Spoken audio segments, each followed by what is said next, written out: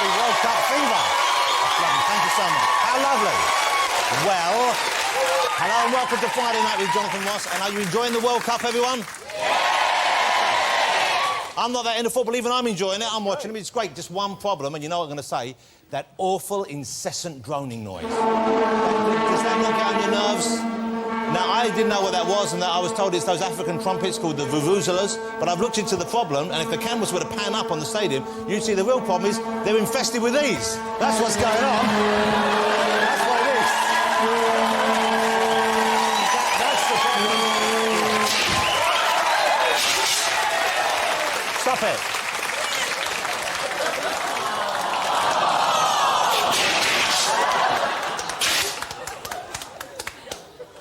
Well, if you pull that sad face, they're going to go, aren't they?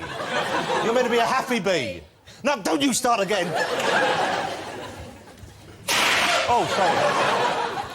You're out there, Will. Shall we leave him up there for the rest of the show? Oh, dear. Don't applaud the use of the vuvuzela. We don't encourage the vuvuzela. Yeah. And I know a lot of people have got neighbours who've bought vuvuzelas. Yeah. No matter how many times I say it, it sounds wrong, the vuvuzela. And it's driving people crazy. So as a public service tonight on the show, we'll be showing you the many ways that you can destroy a vuvuzela. Should we destroy one now just to see how it goes? So we have a crack team of vuvuzela assassins waiting outside. Have a look at this.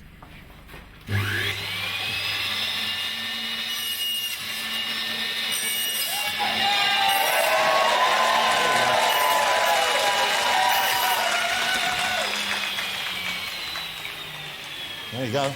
That's one down, 37 million to go. Shall we have a look and see who is in my extra crowded, extra special green room for your entertainment this evening, right? It's going to be a great show tonight. My first guest is a minister of the church and a superstar of soul music. He is the one, the only, the Reverend Al Green, ladies and gentlemen.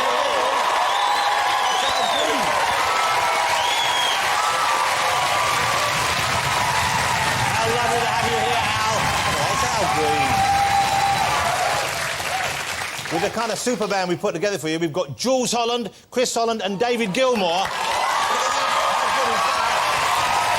That's a fabulous lineup right now. OK. Now, my next guest is an award-winning British actor. You will know him from Rock and Roller. You'll know him, I hope, from the brilliant movie Bronson. He's also going to be the next Mad Max. He is, ladies and gentlemen, Mr. Tom Hardy.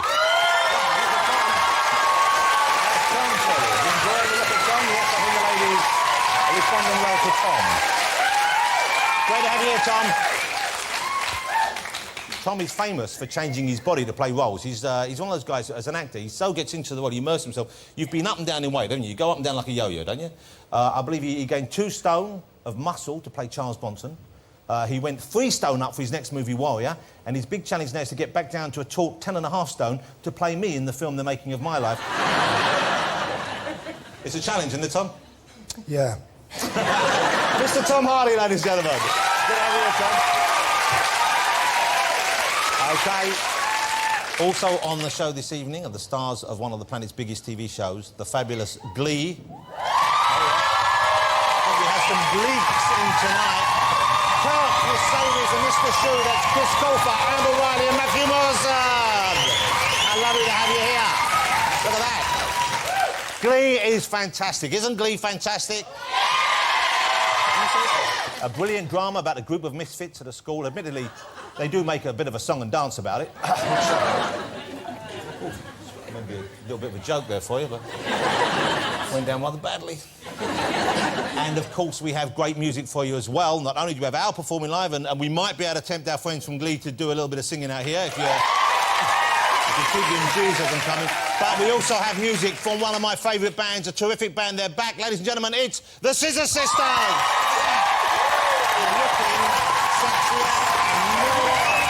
Than ever before. Even the bloke with the beard. Now, bizarre crime of the week was allegedly, it's not been proven yet, so we were saying allegedly, committed by this woman. Here she is. Well, she's got the look about it, hasn't she? She's been arrested on suspicion of committing a string of condiment-based attacks on an American library.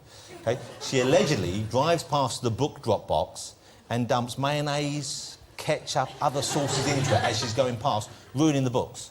And here are some of the books that she's allegedly ruined. We have here The Mayo of Casterbridge.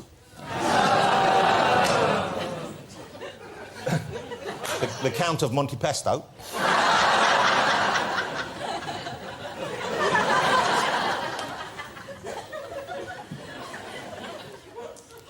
It's my favourite one. The Ketchup in the Right. Yeah, and sadly, this one's ruined. You can't read this. I've got the, right here, the picture of Dorian Gravy. Look at that, that's no good anyway. Shall we get my first guest out, ladies and gentlemen? Yeah! I think we should have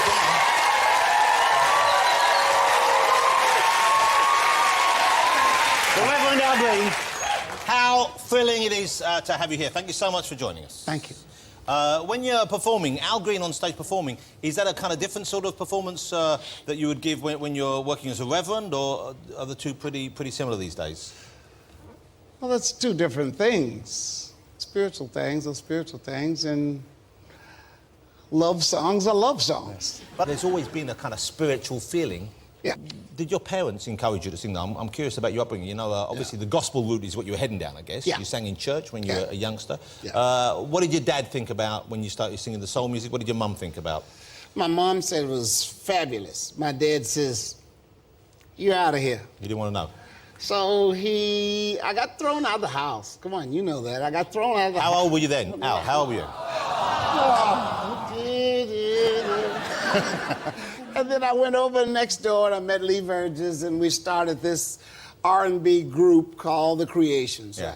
And that started days. that, yeah. And was that a different sound to the sound that you eventually started getting your big hits with? Were you a different sort of song? Yeah, because I didn't know. I didn't have myself.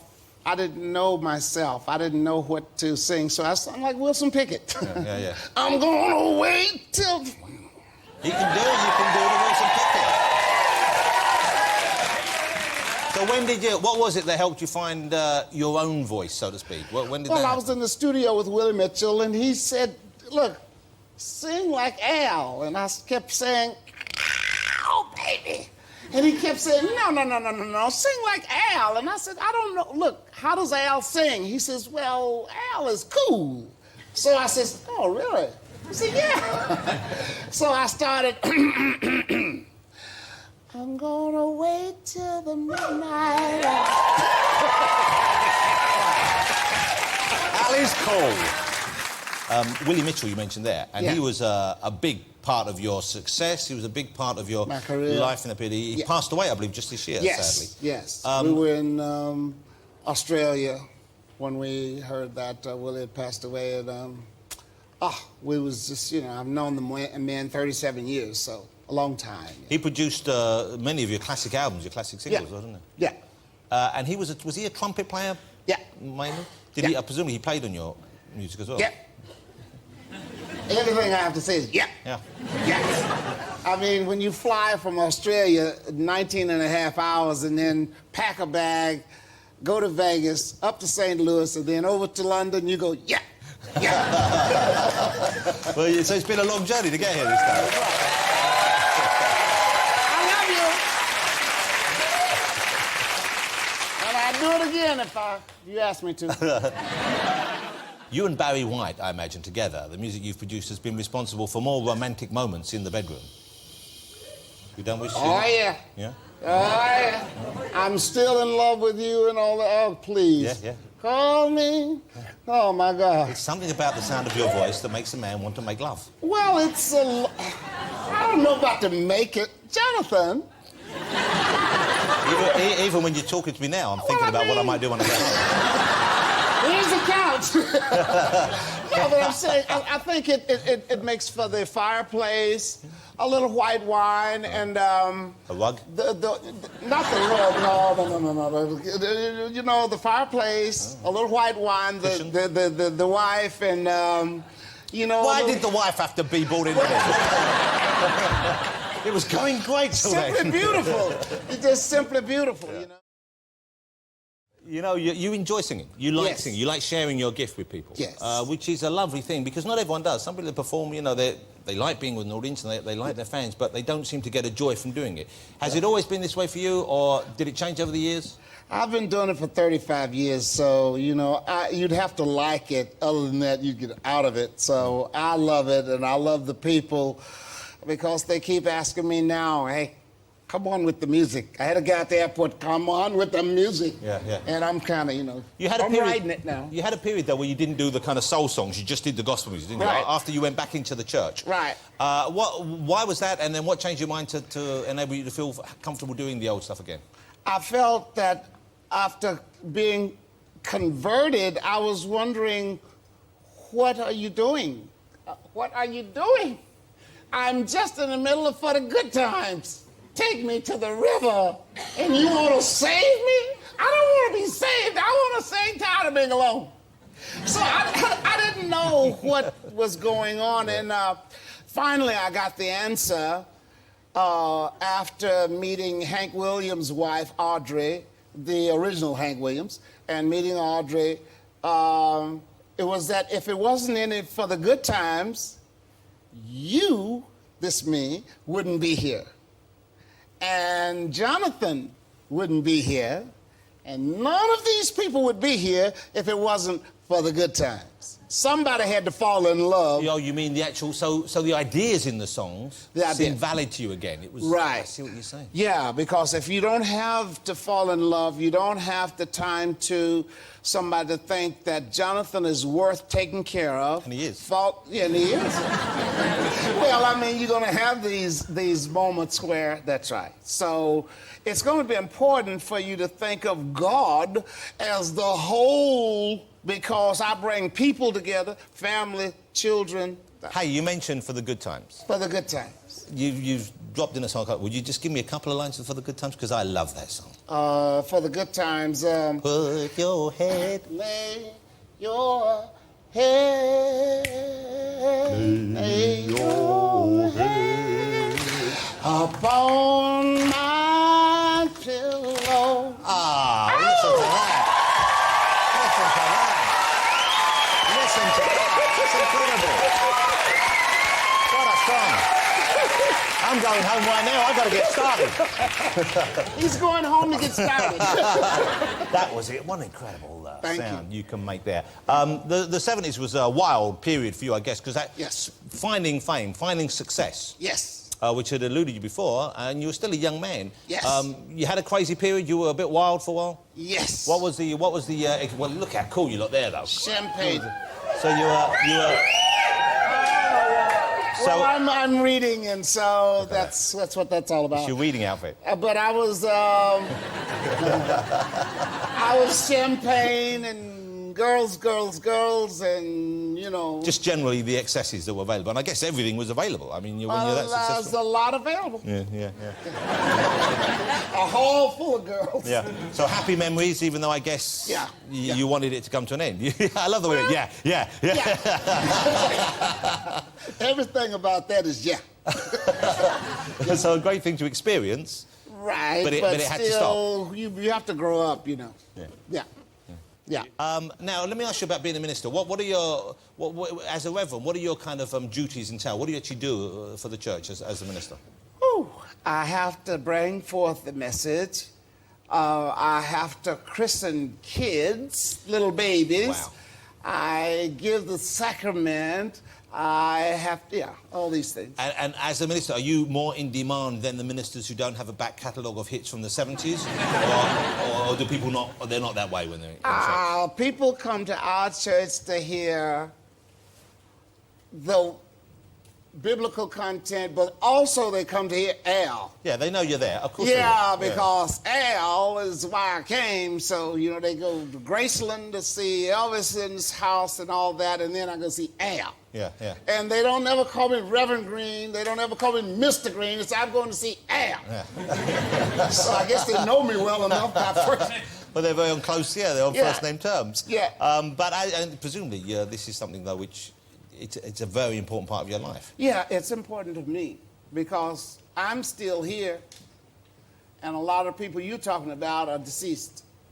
And that's because they didn't make the change in their life, or they didn't have that opportunity? I cannot say that. I'm not allowed to say that because of religion or anything like that they didn't do. But I'm just saying that you were mentioning Barry White, you know, all these people. There's so many of them. Luther, there's David Ruffin, Marvin Gaye, on and on and on.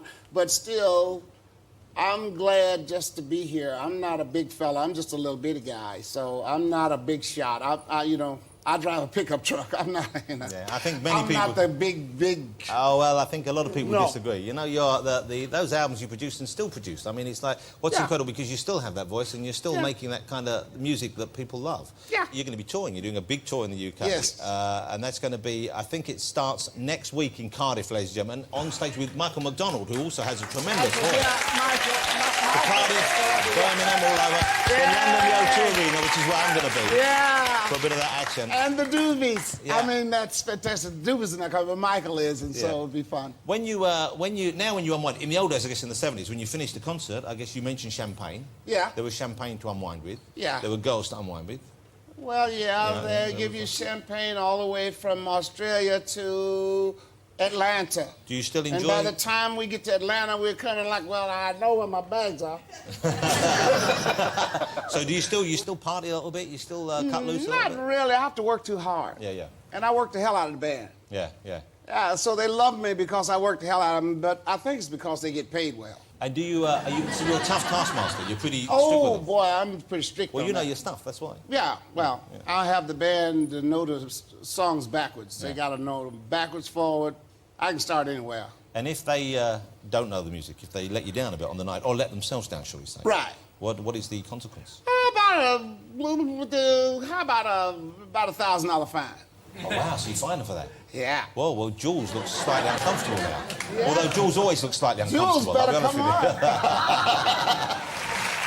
Still got it. OK, cute picture of the week, and I'm going to warn you, this is very, very, very cute indeed. Here it is.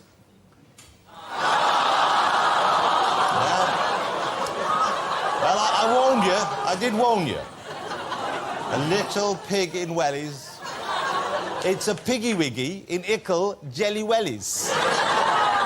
Look at that. That is a cross between cute and delicious. It's cute-alicious. That's what it is. And you know what's great? It's because of those wellies. It means you can get yourself up onto the barbecue despite the weather. Doesn't matter if it's raining. They're non-slip. Shall we get my next guest out, ladies and gentlemen? He's one of the most brilliantly gifted screen actors of our generation. Ladies and gentlemen, it's the fabulous Tom Hardy. You know, Tom, I like to think some of those whistles were for you as well. So would I. I'm very excited you're on the show. Genuinely, I'm very excited. I'm sorry, but how good was that? Al Green. Unbelievable. That was incredible. I've listened to that song so many times, and then to see it live was incredible. You enjoying the World Cup? Are you watching the football? Are you a football fan? No, Oh. no. Well, see, I'm not a big fan, but I'm getting into it. I'm enjoying it. Who would you like to see win? England. Yeah, of course you would. Of course. What about the vuvuzelas? Have you heard those been played? No, I heard one tonight for the first time. You haven't heard it before, so you haven't been watching any of the matches? Have a listen. That's quite... How annoying is that? That's good. It's all right, I can handle it. That would still work. OK. Where are you from, Tom? Where's your accent? Because your accent's quite hard to place, I find. It is. I'm from a state of grace called Mortlake in suburbia, East Sheen, SW14. So it's kind of South London, but it's... But not really sort of cool South London. So it's a posher part of South London? Yeah. OK. But you've got a London accent, but it doesn't sound South and sound East. Yeah, I'm a bit of a mongrel, actually, because I pick up accents and sometimes I don't know how I'm going to sound until I start speaking. Well, that must be a very good thing, I would have thought, for an actor to be able to pick up accents. But you do this deliberately, I guess, or is it...? I don't know if I did it deliberately. Just, like, by osmosis, I'll change my accent. So when you play a part like Bronson, for example, I don't know if you've seen Tom in Bronson, 'cause it was a low-budget movie. It was a pretty small-scale movie in some ways, wasn't it? But an incredible piece of work, and I thought... It looked brilliant, but you were tremendous in it. What a performance and what a role to have. His accent, you met the guy, you tried to do his voice the way he speaks, or was this just your version of him, your idea of what he should sound like? Funny enough, actually, it was how I imagined he would sound. when I first read the film. It is a strange accent. How would you describe that accent? Where's it?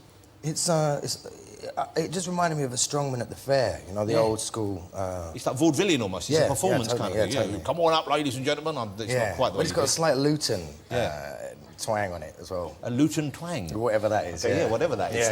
Now, Charles Bronson, the man who you play in the film, isn't Charles Bronson, the movie actor, of course. He's a fairly violent, convicted criminal who adopted that name himself.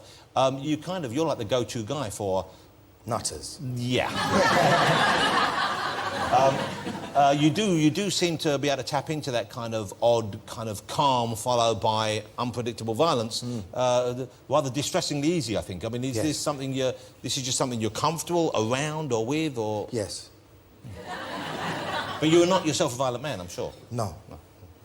But I think what's interesting is that I know what frightens me, you know, and also I have a compassion for certain an understanding of certain erratic and unpredictable behaviour. It doesn't always manifest itself in violence, you know.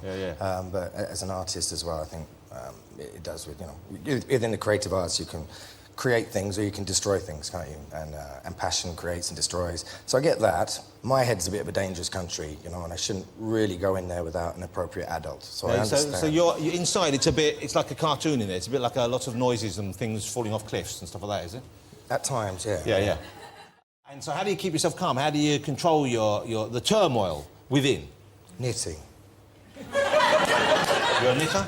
No. But you say this in jest, but I'm thinking of taking up knitting. Have you Actually, no, I'm always thinking about that because a lot of people do that on film sets. They knit. Would you start with knitting, do you think, or crocheting? What do you think you'd start with? I don't know where to begin. You see, at the beginning, I'd have to learn whatever the first thing was. We could get a teacher. We could. We could make it a project for the summer. Do it.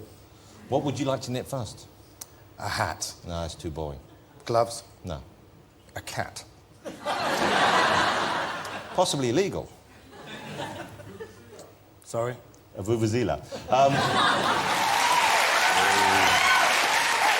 It's a remarkable film. Well, that is an impressive set of guns you're sporting in that clip. So you bulk up for part of that, you get fit. How do you train for part of that, and then when you want to lose the weight, what's your secret? Well, there's sensible ways, right? And then there's naughty way, you know? And that was naughty way, to be honest. Well, does that involves the substitutes and that kind of thing, substances and injections? No, chocolate and like.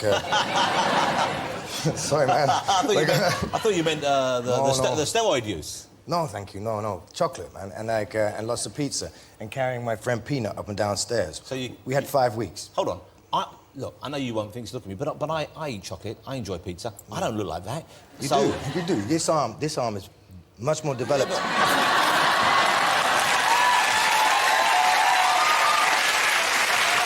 that one. So yeah, that was naughty way.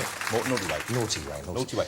So you carried a friend up and down the stairs? Peanuts, yes. Peanuts? Yes, my companion. You have a companion? I have a companion. Someone who works with you, who trains? He's a spiritual counsellor and a mixed martial artist. His father started training the guardian angels. So his dad was involved in that. So he is a... Well, trained him in a black San Carlos system of kung fu or karate. Oh, he'll tell me off. So is Peanuts here this evening? He is, yeah. He's Peanut is in the house? Yeah, he is, yeah. He doesn't mind me calling Peanut as well, does he? No. Because I don't think he sounds like someone you'd want to upset. No. Oh, there's Peanut. That's Pete. You know what, I think I'll start by calling him Mr. Peanut. I'll start with be a bit more respectful. Okay. So Mr. Peanut is training you at the moment, is he? Yeah, he is, yeah. He's my best friend and he's my son's godfather as well. Wow, how lovely. You know. I love Pete. Well, Peanut, nice to have you here, sir. OK, if you want any tips, I've got a few moves. He's always on the lookout, though. Is he? I bet he is. So he's training you at the moment. What's he training you for at the moment? What's your next thing that you're doing? We're doing Mad Max in Australia. Hang on a second. He's going to be Mad Max, ladies and gentlemen.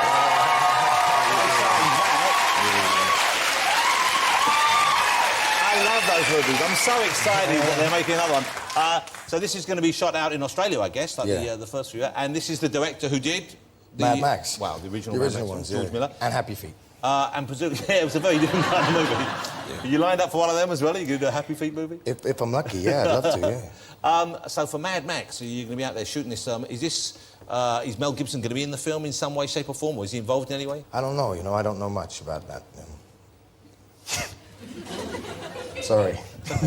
But I'm playing Max. That you do know. That I know, yeah. When you say no, though, your accent is really weird, isn't it? Because you go, Yeah. I don't know, I don't know. Yeah, you don't. But it's flexible, isn't it? But it's got a mixture of things that have gone into the pot there. Well, I pick up all sorts of things, you know, like fleas and accents. Tom, the Reverend Al Green was here. And amazing. Yeah, he was amazing. He had a period in the 70s when he was a party man. Right. He enjoyed it. You, I believe, have had a period where you were a little more kind of social than perhaps is sensible. I don't think I was social. I think that's why I stopped, you know. So it was a bit mental? Yes. Okay. How would this have manifested itself? What, on a night out with you, back when you were less controlled, how would it have begun? How would it have progressed? How might it have ended? And indeed, how long would it have carried on for? Wow. Depends if you got me in the early days or the darker ones. Well, the darker ones sound a bit terrifying, frankly. Yeah. Which would be the most fun one to recount? I can't remember, to be honest, because a lot of it's blackout, isn't it? So you would black out? Of course. And this was what, alcohol? Yeah, and everything else. Yeah. Everything else? What is all the different substances available? Yeah. Most of them? Everything. Wow. Everything? All in one evening? Probably, yeah. Wow. It's lucky you're still here. Yes. And I'm very grateful to be here, you know. It's no joke. Where would you wake up? Where would you find yourself? I'd find myself in all kinds of places. I mean, like, girl, my missus is in the audience, ain't you? Yeah. That was quite a knowing laugh. Okay. I woke up in a bed in Los Angeles when I was supposed to meet, I think it was John Woo, one morning for something like, I think it was Bulletproof Monk. I woke up in a bed with a dude with a gun, naked. Wow. With a cat as well. I don't remember the cat, you know? Or the dude. We've all had nights like that, though, Tom. So it's just as well that you've moved on from that period. Yeah. Can I just ask you, though, you don't remember how you got there? Yeah, I kind of remember bits, yeah. But when you wake up next to them, you're naked, he's naked, there's a gun, there's a cat. And the safety was off. That was the scary thing, because I must have fallen asleep looking down the barrel. Oh, OK. So, who makes breakfast? Who gets the coffee? Actually, I got him to drop me off at Pink's Hot Dogs, and we sort of said goodbye to each other.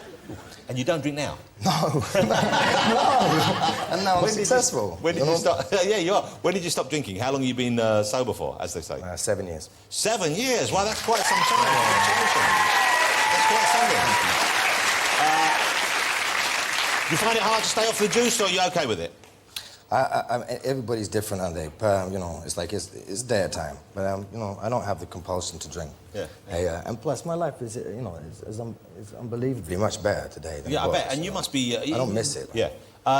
You're known for doing those kind of roles, it seems, at the moment. And although Mad Max is going to be more of, I would have thought, straightforward action film than, say, Bronson is, would you like to do something romantic, something slushy? Will we ever see you in a rom-com?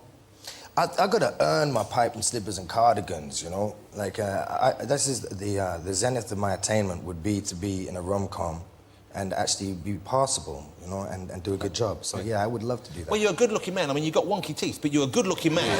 Well, no, he knows you've spoken about your teeth, I know. Yeah, Is really there bad. pressure to fix your teeth? Do Hollywood want you to get the... Because everyone has those kind of... Most American stars have that kind of wall of white when they open their mouth, you know, the kind of cowl fence of white teeth. So, do they ask you whether you do that for a part, Tom? Yeah, of course, all the time. And you've resisted? Thus far, yeah, and I'm sure I'll have to get caps and clips and whatnot and, you know, have the grill done. But if you change your teeth, you'll probably change the way you speak as well, because it does. Yeah, teeth are so important, aren't they, when you think about it? Yeah, you need them. Oh, I wouldn't give mine up easily. Tom, before you go, what's this film, The Warrior or Warriors that you're making? Oh, Warrior is a big cage fighting film. Is that you? You're the one standing up? Yeah. It's about mixed martial arts, which is a rapidly growing sport in America. I think it's bigger than boxing now, and it's bigger than NASCAR. And that's where you can do kind of martial arts boxing, but you can also use your knees and stuff like that. You can, Jonathan. It's pretty brutal. And so presumably, do you get damaged when you're making a film like that? I guess there must be, because even though you're acting, you're doing it, aren't you? Really? Yes, you are. Yeah, yes. And I'm from East Sheen, and I'm quite soft. You know, and I like my duvet and my ice cream and my dog. I love a duvet. I like to sit down and relax. And I'm very lazy, you know, unless I'm getting paid, in which case it's different. And but this job was very physical. And I broke 2 ribs in my toe and tore the ligament in my right hand. Yeah. And Joel tore the meniscus on his leg, and one of the guys broke his neck. And One of the guys broke his neck. You understand? But he didn't even know that he'd broken his neck. How do you not know you've broken your neck? He's a cage fighter. That's Well, how can that be? He's a cage fighter. Did he go home with a broken neck? Oh, yeah. And they kept dropping him on his head over and over again. But he had a masseuse in there to rub his shoulders. A masseuse? No one knew he had a masseuse. We didn't know he had a broken neck. Body cast. You need a month off. No one knew he had a broken neck until, you know, he started moaning. Well, the masseuse was doing the neck, and he went, "That's a bit rough." Yeah, he got upset about it. He's okay now, is he? He's fighting. Yeah, he's one of the champs. He's fighting again now. Has he learned nothing from the broken neck incident? That's what they do. They fight, and they were all fighters in there. Mental, isn't it? They hurt. Yeah, they hurt each other, and they hurt me. But you know what? Although it's pretty horrible, I bet it's a great film. I bet it's an exciting movie. I hope so. I think it's going to be good. It's like, you know, Rocky. I am very excited to see you doing so well because I think you're tremendously talented, gifted, and obviously you apply yourself. You're an intelligent actor, and you deserve the success. And you know, it's great that you got your last shot. Thank you so much for coming on the show. I'm a big fan. Mr. Tom Hardy, ladies and gentlemen. Thank you so much. I appreciate it. You're welcome, Tom. Do that for me. Okay, cheers. Tom Hardy. Please welcome Chris Colfer, Amber Riley and Matthew Morrison. You know them better, I'm sure, as Kurt Mercedes and Mr. Shue from Glee. Thank you so much. I'm so excited to have the three of you here. Well, I don't care who knows it. I love Glee. You love Glee. You all love Glee, don't you? You all love Glee. What a great show. Congratulations on making such a great show. Did you have any idea it would be as huge as it was? I'm sure you hoped it would be big, but did you think there'd be this many people into that kind of singing, that kind of music, those kind of dance routines? Chris? Well, I knew there was a definite audience for it because I was one of these theater kids growing up. So you love that kind of stuff? Yes, absolutely. So I knew that there was people out there that would love it, but I don't think any of us could have prepared for this. What was the audition process like? Because I imagine, we know from seeing now the explosion of the big talent shows on TV, like over there you have American Idol, over here we have X Factor, Britain's Got Talent, those kind of things. There's a lot of people out there with a lot of talent. You know, it's a crowded field. So you guys really had to shine. What did you do at your audition? What kind of songs did you go in there with, and how hopeful were you you'd get the part? Chris, let's start with you. What was your audition song? I auditioned with Mr. Cellophane from Chicago. Oh, yeah. What I did was I insulted my hometown on accident in audition. Because they said, "Where are you from?" And I said, "Clovis, California." And they said, "Where's that?" And I said, "Oh, it's this little town in Northern California where no one has a sense of humor, but everyone drives a truck."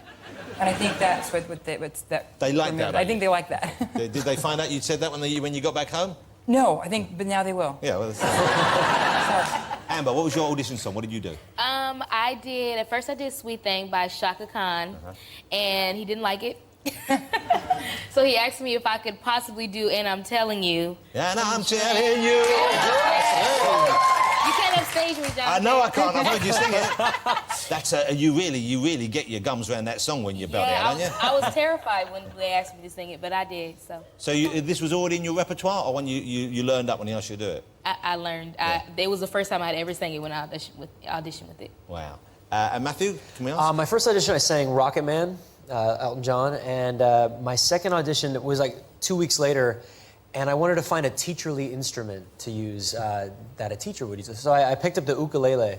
Hold it. No, it's not an ukulele. What is it? It's a ukulele. No, it's not. It's a... It's not. I dated a Hawaiian girl for 2 years.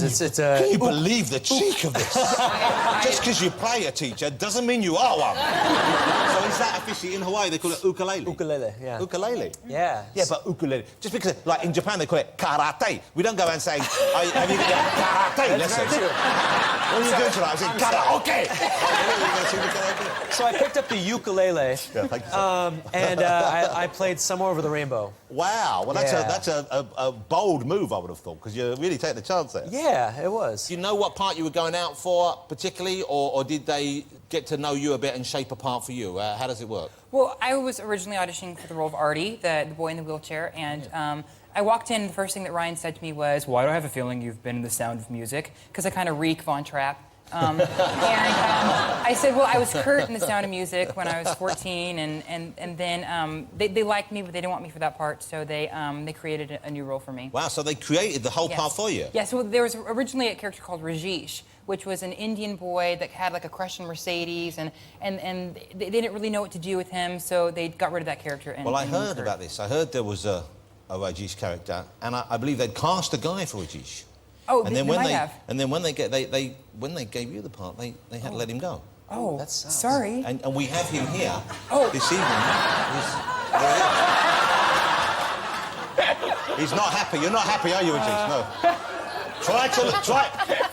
Rami, try and look angry. Try and look angry. That's it.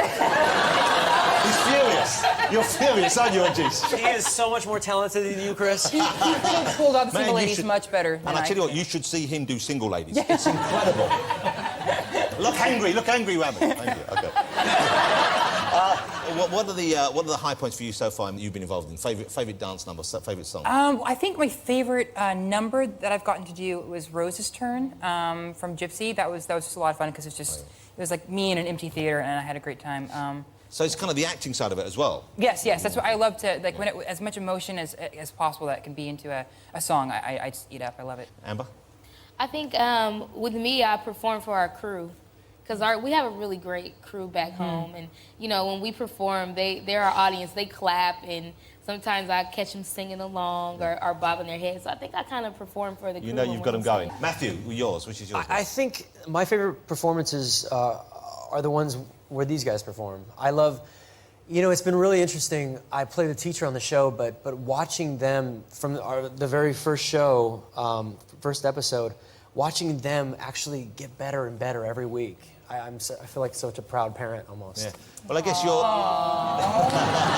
And I'm getting brownie points today. Yeah. You're the most experienced performer, I guess.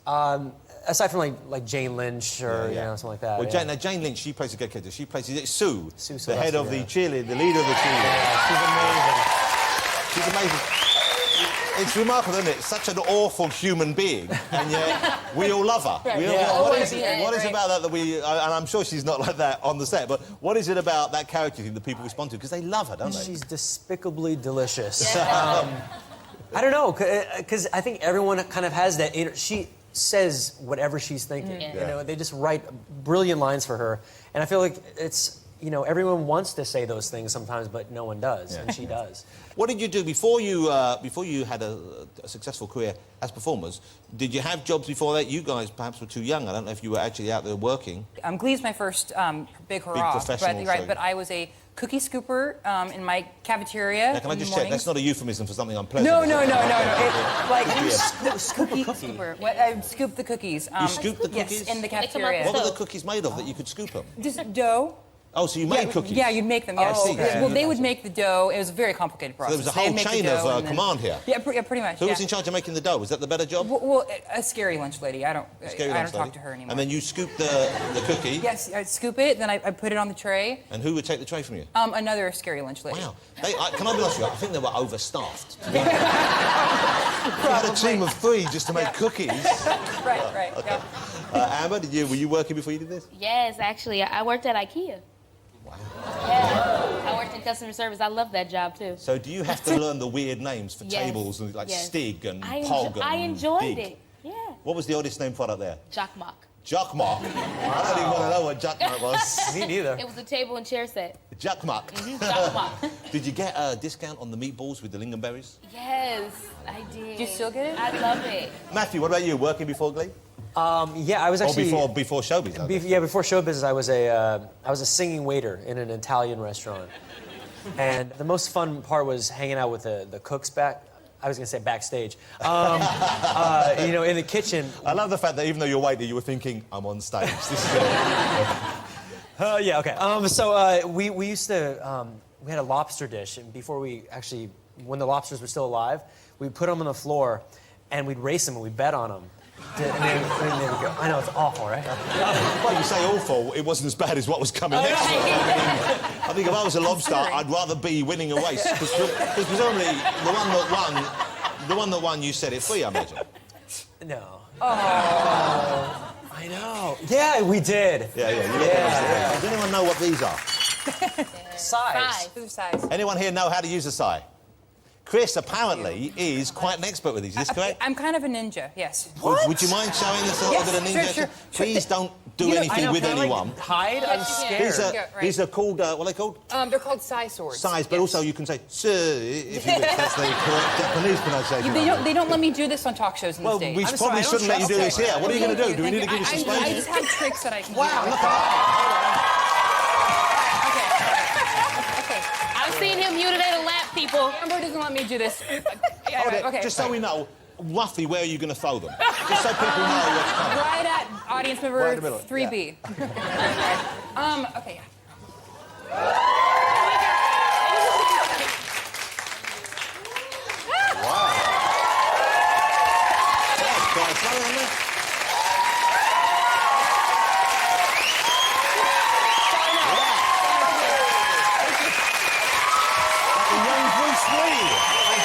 That's quite... Wow.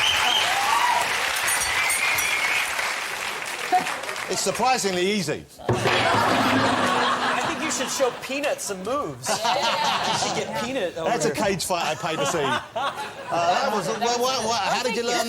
Where did you learn that, Chris? Oh, it's just something I wanted to do, and I bought them off of eBay and just kind of taught myself. You're not allowed to walk around them, I guess, are you? Well, no. I have a carrying case, and I actually bring them every day to set, and I practice in my trailer. Now, see, this is surprising because Tom Hardy, who you would think would know about that, he's thinking of taking up knitting on the set. And you're the one with the killer blades in your bag.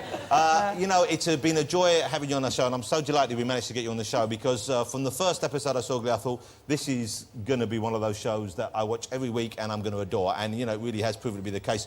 That's why it's huge all over the world. You guys know that you're making something special, and I hope that you continue to do so for some time. Ladies and gentlemen, we're lucky to have here the cast of Glee. Thank you so much. Thank you. Thank you. And thanks for the display as well. That was beautiful. Thank you. It was great to meet you. Thank you so much. Thank you very much indeed.